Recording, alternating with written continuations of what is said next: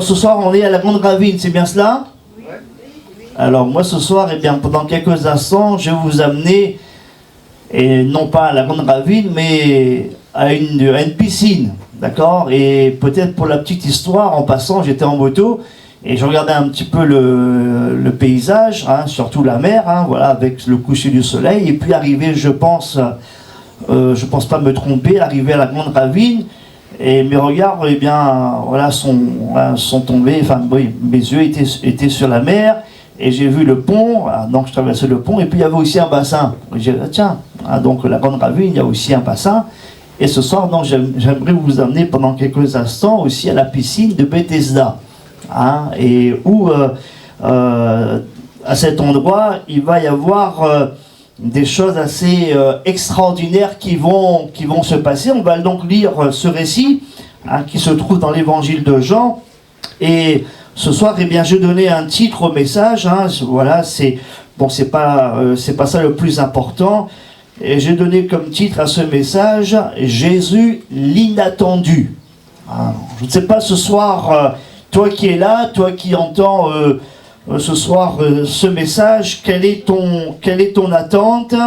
Est-ce que tu as un désir dans ton cœur? Est-ce que tu as une soif dans ton cœur? Mais ce soir, eh bien, je sais que Jésus, celui qui n'a pas changé, eh bien, il est celui qui est capable de te donner ce soir, eh bien, peut-être ce que tu n'espères plus. Peut-être tu es dans le désespoir, dans le découragement, tu as connu des échecs, tu as connu eh bien des difficultés, et aujourd'hui peut-être tu es dans une forme de fatalité, mais ce soir, eh bien, il est bon de te dire que Jésus, il est capable de te donner ce que peut-être tu as perdu. Ce soir, eh bien, Jésus, il est présent, et on va lire ce texte, c'est dans Jean, chapitre 5, voilà ce que nous lisons.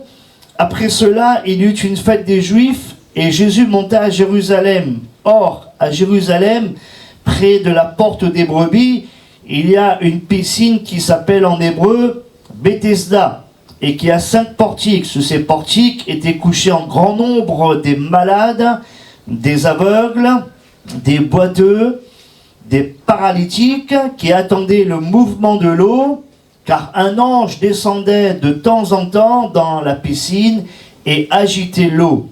Et celui qui y descendait le premier après que l'eau avait été agitée était guéri, quelle que soit sa maladie. Là se trouvait un homme malade depuis 38 ans. Jésus, l'ayant vu coucher, et sachant qu'il était déjà malade depuis longtemps, lui dit, « Veux-tu être guéri ?»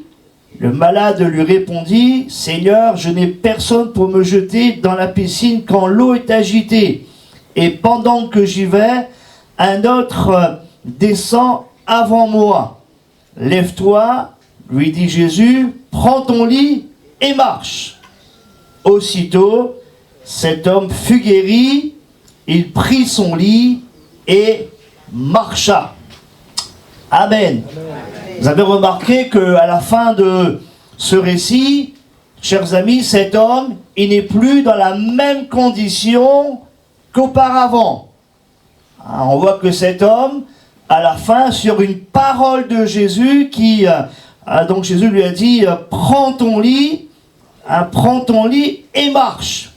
Et il dit, aussitôt, cet homme fut guéri, il prit son lit et marcha. Et nous voyons ici la puissance de l'évangile, la puissance de la parole de Jésus. Ce soir, on n'est pas là pour parler de nous-mêmes, on n'est pas là pour parler de religion, on n'est pas là pour parler d'une nouvelle doctrine, mais on est là pour parler, eh bien, de Jésus, celui qui a reçu tout pouvoir dans le ciel et sur la terre. Vous savez, à cet endroit, donc, à la piscine de Bethesda, on peut y voir ici un lieu de rendez-vous particulier. Un lieu de rendez-vous particulier pour les malades. Parce que nous voyons que dans ce texte, il nous est dit que à cette piscine de Bethesda, il y avait là donc un grand nombre de personnes qui qui étaient là, donc ils s'étaient donné rendez-vous autour de cette piscine de Bethesda, puisque donc il est dit que de temps en temps, il y avait un ange qui descendait dans la piscine et il agitait l'eau. Et après que l'eau avait été agitée, parmi donc les gens qui étaient là, celui qui descendait le premier dans la piscine était guéri, quelle que soit sa maladie. On peut parler ici d'un phénomène étrange, n'est-ce pas? Et aussi donc bien sûr les gens, vous savez, les gens se rassemblaient en masse, en foule. Vous savez, les gens, lorsqu'il s'agit de trouver une guérison, d'essayer de s'en sortir, vous savez, eh bien, ils se rassemblent, vous voyez, ils sont là en foule. Et aussi, c'est ce qui se passait ici autour de cette piscine, puisqu'il est dit, il y avait en grand nombre des malades. En grand nombre. Je ne sais pas combien ils étaient. En tout cas, il est dit, il y avait là un grand nombre des malades, des aveugles, des boiteux, des paralytiques, donc qui attendaient le mouvement de l'eau. Vous voyez, ils étaient dans l'attente. Ils étaient dans l'expectative qu'une guérison aussi allait se produire pour chacun d'entre eux. Pour le paralytique, pour l'aveugle, pour le boiteux, vous voyez, ils étaient là et ils attendaient leur guérison. Ils attendaient ce mouvement de l'eau. Et je crois que, chers amis, la devise autour de cette piscine, c'était la suivante: chacun pour soi et Dieu pour tous, n'est-ce pas? Parce qu'il fallait être le premier à descendre dans la piscine après que l'eau avait été agitée par cet ange, vous voyez. Donc il fallait être le premier, non pas le deuxième. Il y avait donc aussi des duels sans merci. Vous savez, là on ne cherchait pas tiens, tu vas y aller. Là il n'y avait pas de formule de politesse, vous savez, c'était vraiment des duels sans merci. Je crois qu'il y avait vraiment c'était la compétition. Vous savez, on était donc là au mois de juillet où il y avait les Jeux olympiques et paralympiques, n'est-ce pas? Je crois qu'aussi, vous savez, les Jeux paralympiques, ça existait déjà dans l'écriture. Oui, il y avait des compétitions là entre le paralytique, entre l'aveugle, vous savez, entre le boiteux. Et là, vous voyez, ils étaient là et à être le premier à sauter dans l'eau. À cette piscine de Bethesda, c'était un lieu de rendez-vous pour des malades, pour trouver leur guérison. Et aussi, à cette piscine de Bethesda, chers amis, c'était aussi un lieu de mélange de sentiments et d'émotions. Comprenez bien. Celui qui avait été le premier, il était guéri. Et il pouvait dire, je suis guéri, je marche, je vois, j'ai retrouvé la santé. C'était la joie pour lui. Et pour l'autre, oula, la tristesse. Pour le deuxième, vous voyez, c'était la tristesse. Et toujours il y avait ce mélange de sentiments, d'émotions qui se manifestaient à cette piscine de Bethesda. D'un côté, celui qui va réussir, il a été le premier.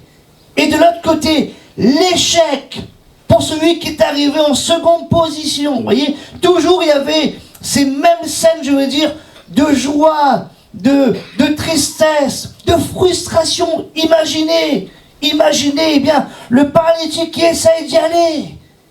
Il y va, il y est presque. Et voilà qu'au dernier moment, il se fait dépasser par le boiteux. Waouh! Quelle frustration! Quel aussi découragement pour celui qui essaye. Vous voyez, il est là, il est toujours, eh bien, il fait des efforts pour trouver sa guérison. On peut parler aussi de l'injustice. Eh oui, injustice. Avec aussi ces questions, mais pourquoi? Pourquoi lui? Pourquoi lui? Et pourquoi pas moi? Pourquoi c'est lui qui... Il a réussi à s'en sortir, il a obtenu la guérison, il a retrouvé la santé, il a retrouvé bien une bonne vie. Pourquoi lui? Et pourquoi pas moi? Vous savez, souvent c'est des questions aussi comme cela qui sont là, vous savez, qui nous traversent aussi l'esprit lorsque nous ne comprenons pas les choses et que nous vivons aussi une forme d'injustice. Et chers amis, c'était le cas de cet homme dont il est question ici. Je crois que cet homme dont il est question ici, ou la Bible, vous savez, quelque part, comme si la Bible, comme si là, l'auteur, Jean, il met le projecteur sur ce malade qui était là, il est dit là, et comme si, vous voyez, Jean, il va mettre en lumière un petit peu ce que vivait cet homme qui était là, depuis des années. Il est dit là se trouvait un homme malade depuis 38 ans. Vous vous rendez compte, chers amis, je ne sais pas quel âge il avait cet homme, mais 38 ans de maladie, c'est terrible, n'est-ce pas? C'est terrible, hein? Parfois, nous traversons un moment difficile, ça peut durer un jour, ça peut durer 2 jours, quelques jours, alors une semaine, des mois, et nous trouvons ça long, difficile. Mais ici, il est question de 38 années de paralysie. Puisque nous voyons que, à la fin aussi, lorsque nous lisons ce passage, cet homme, certainement, il était paralytique. Et il vivait ces choses.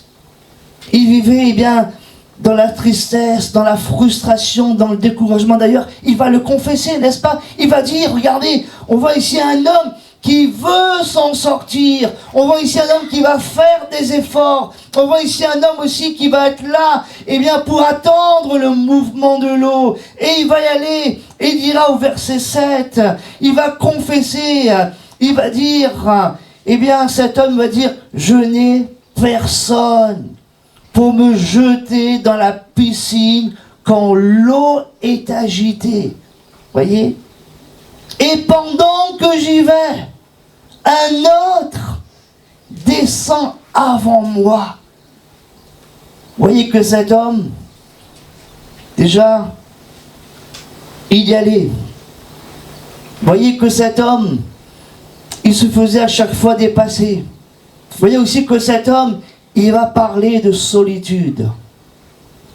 Solitude, je n'ai personne. Je n'ai personne pour me jeter, dira-t-il.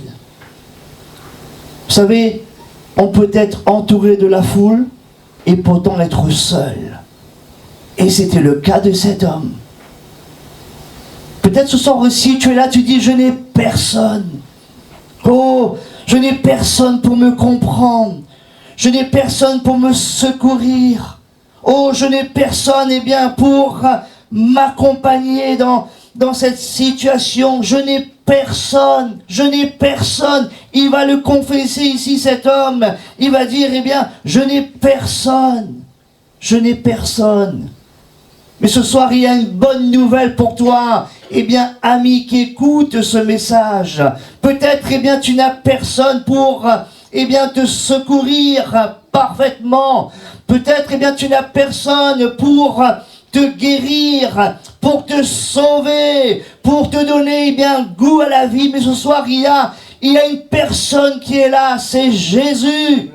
Jésus, ce soir, il est là. Et il te dit que lui, il veut te secourir, il veut te sauver, il veut aussi venir vers toi. Et c'est ce que nous voyons dans ce passage. S'il est dit que là se trouvait un homme malade depuis 38 ans. Nous voyons aussi, chers amis, qu'il est dit au verset juste après, Jésus, il était là. Jésus était là. Et d'ailleurs, le verset premier, il dit, après cela, il eut une fête des Juifs et Jésus monta à Jérusalem.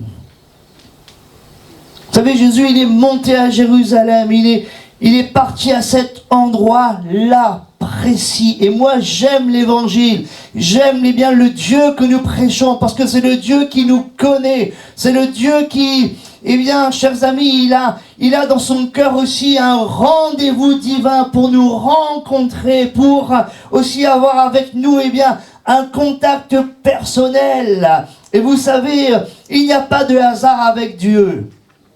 Moi, je ne crois pas dans le hasard. Non, mais il y a des rendez-vous divins dans le cœur de Dieu, parce que vous savez, Dieu nous aime. Dieu t'aime. Après cela, il est dit, après cela, il est bon de savoir, eh bien, qu'est-ce qui s'est passé avant?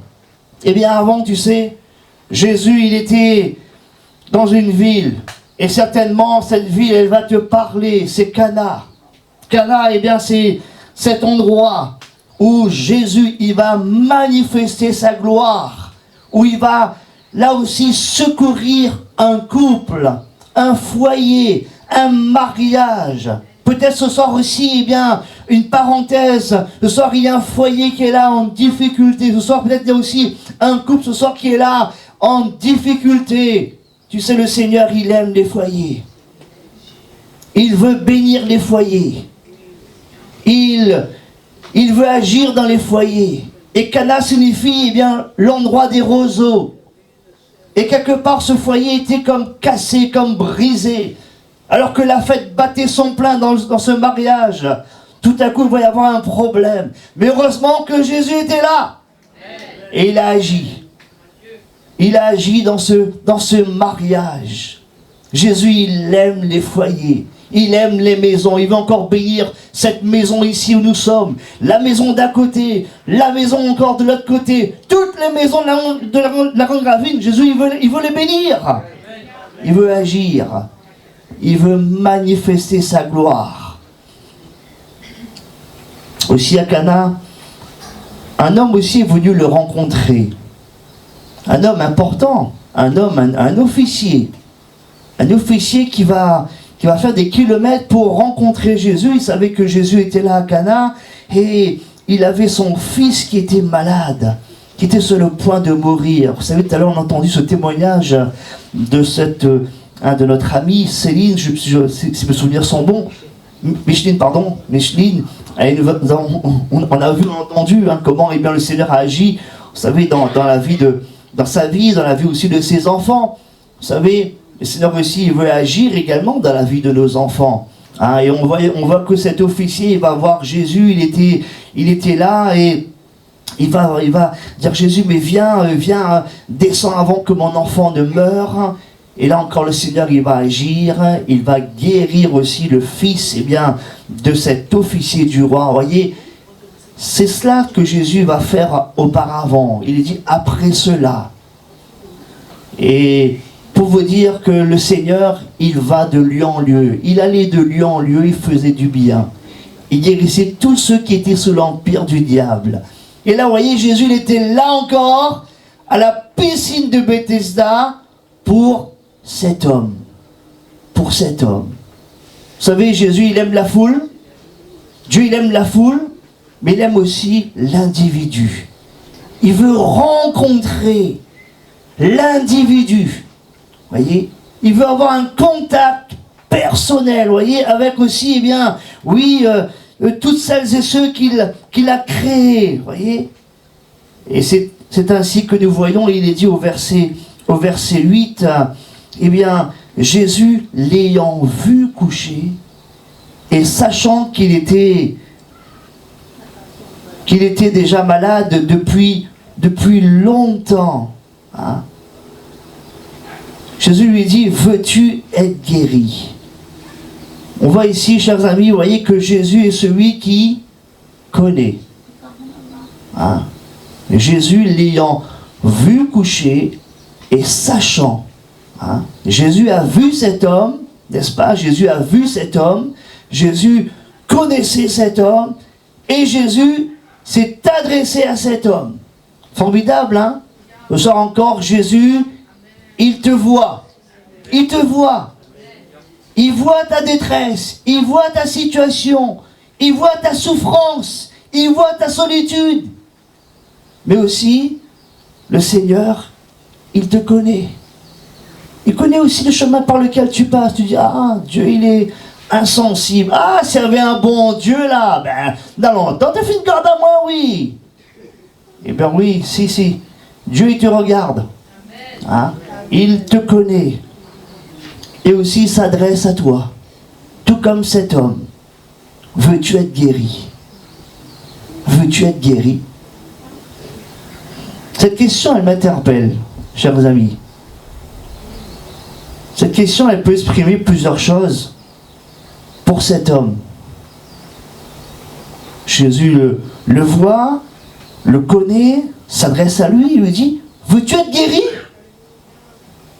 Je pense, c'est moi, je pense que cet homme, vous savez, il est là, Jésus lui parle, et cet homme, vous savez, il regarde là-bas. Il regarde où? La piscine. Vous savez, il attend le mouvement de l'eau. Il attend, vous voyez, il veut partir, lui. Vous voyez? Et moi, je pense que, chers amis, Jésus ici, eh bien, en lui posant cette question, c'est pour détourner cet homme de la piscine. Ce lieu de déception. Ce lieu qui, jusqu'à présent, eh bien, n'a amené aucun résultat dans sa vie. Vous savez, parfois les gens, ils sont tournés vers la religion, vers les traditions, tel lieu de pèlerinage. Vous voyez, on leur parle de Jésus. Jésus veut te guérir. Jésus peut te guérir. Vous voyez, et les gens, vous voyez, ils sont là encore avec leurs liens, leurs traditions. Vous voyez, ils sont là encore avec, eh bien, leur pèlerinage, les œuvres. Et moi, je crois qu'ici, le Seigneur, vous voyez, comme s'il veut que cet homme, il se détourne de la piscine. Hein? Que ses yeux se détournent de ce lieu qui, jusqu'à maintenant, depuis 38 ans, il est là, déçu, toujours malade. Tourne-toi vers moi, dira Jésus, et tu seras sauvé. Hein? Tournez-vous vers moi, dira aussi le prophète Ésaïe, et vous serez sauvés, vous qui êtes aux extrémités de la terre, car je suis Dieu et il n'y en a point d'autre. Chers amis, tournez-vous vers Jésus. Arrêtez de vous tourner vers les choses de la terre, vers les choses eh bien, qui peuvent vous tromper, vous décevoir. Mais tournez vos regards ce soir vers Jésus. Et vous ne serez pas déçus. Vous serez sauvés. Vous serez pardonnés de vos péchés. Vous aurez la vie en vous tournant vers Jésus. Chose aussi ici remarquable et aussi quand même à souligner. Chers amis, Jésus il arrive là dans cet endroit et il passe incognito. Bah oui, les gens, vous savez, ils sont là, leurs yeux sont avec la piscine. Hein. Et pourtant, Jésus, ici à Jérusalem, il a fait des miracles. Dans le chapitre 2, le verset 23, il dit ceci. Pendant que Jésus était à Jérusalem, à la fête de Pâques, plusieurs crurent en son nom, voyant les miracles qu'il faisait. Vous voyez, les gens ici, ils ont cru en Jésus, ils ont vu les miracles. Et paradoxalement, à cet endroit de la piscine, Jésus il passe incognito.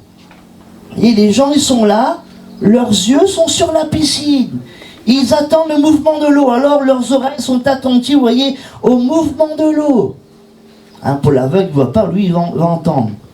Vous voyez? Veux-tu être guéri? Comme pour éveiller sa foi. N'est-ce pas? Hein, éveiller sa foi. Et la foi, chers amis, vient de ce que l'on entend. Et ce que l'on entend vient de la parole de Christ. Ce soir, ce que tu entends, c'est la parole de Dieu. Pour susciter en toi aussi la foi. La foi en Jésus. Hein? La foi en Jésus. Jésus aussi, il veut ce soir agir dans ta vie. Il veut agir. Mais est-ce que toi tu le veux? Veux-tu être guéri? Vous savez, quelque part, c'est aussi pour également nous amener aussi à participer, vous savez, à son œuvre. Hein? Veux-tu être guéri? Vous savez, Jésus, il ne s'impose pas, il se propose. Veux-tu être guéri? Ce soir, eh bien, toi qui es là, est-ce que tu veux être guéri? Est-ce que tu veux être sauvé? Est-ce que tu veux recevoir le pardon de tes péchés? Est-ce que tu veux en finir avec cette vie excusez-moi l'expression, de galère, d'échec, cette vie, eh bien, de misère. Est-ce que tu le veux? Est-ce que tu le veux? Ce soir, eh bien, moi je crois que le Seigneur, il le veut. C'est pour cela qu'il a organisé cette rencontre, afin que tu puisses encore saisir la grâce de Dieu, saisir la vie, saisir encore les bénédictions, eh bien, qui découlent encore de sa parole. Jésus, il est vrai, il est mort sur la croix. Il a tout accompli. Il a donné sa vie. Il n'était pas obligé d'y aller, mais il s'est livré, chers amis. Il a donné sa vie, eh bien, pour nous, parce qu'il nous aime. Ce beau, eh bien, verset, Dieu a tant aimé le monde, Dieu a tant aimé la grande ravine, qu'il a donné son Fils unique, Jésus, afin que quiconque croit en lui ne périsse point, mais qu'il ait la vie éternelle. Voilà, ce soir le programme de Jésus. Et je termine avec ce verset 8, eh bien, qui est la conclusion aussi de cet homme quelque part. Lorsque cet homme, il est là et qu'il arrive à croiser les regards de Jésus, il arrive aussi à saisir, eh bien, la parole de Jésus qui lui dit, veux-tu être guéri? Eh bien, Jésus va lui dire ces paroles, eh bien, prends ton lit, hein. Prends ton lit, dira Jésus. Prends ton lit et marche. Prends ton lit et marche. Et cet homme, on voit qu'il a mis sa foi. Il dit aussitôt. Vous voyez, cet homme, il ne va pas calculer. Vous voyez, il va saisir la parole. Aussitôt, cet homme, il fut guéri. Il prit son lit et marcha. Amen. Cet homme, il était couché. Maintenant, il est debout. Hein? Chers amis, Jésus relève. Jésus relève. Il relève les bas tombés. Il relève les enfants. Il relève les foyers. Il relève les familles. Il relève, eh bien, quiconque se tourne vers lui. J'aime l'évangile, puisque l'évangile relève socialement, relève spirituellement. Et d'ailleurs, nous voyons cet homme ensuite. On le retrouve plus tard, debout dans le temple. Vous voyez? Il n'était plus à la piscine de Bethesda, hein? Il était dans le temple. Dans le temple. Toi aussi, eh bien, toi aussi, lorsque tu seras visité par Jésus, qu'on puisse encore te retrouver dans ces réunions ici, dans cette semaine. Et aussi dans les lieux aussi, nous avons un lieu de culte, là aussi pour eh bien, ta marche, pour ton épanouissement, pour ton édification. Il est aussi important de rejoindre également aussi une église, hein, pour aussi continuer ta vie avec le Seigneur. Et enfin, cet homme aussi, chers amis, le voyant ensuite, il va parler de Jésus. Amen. Il va dire, c'est Jésus qui m'a guéri. Il va avoir autour de lui, il va dire, c'est Jésus qui m'a guéri. Toi aussi, eh bien, raconte ce que Jésus a fait pour toi. Dis-le. Amène encore des personnes encore à connaître Jésus. Amen. On va s'en prier maintenant.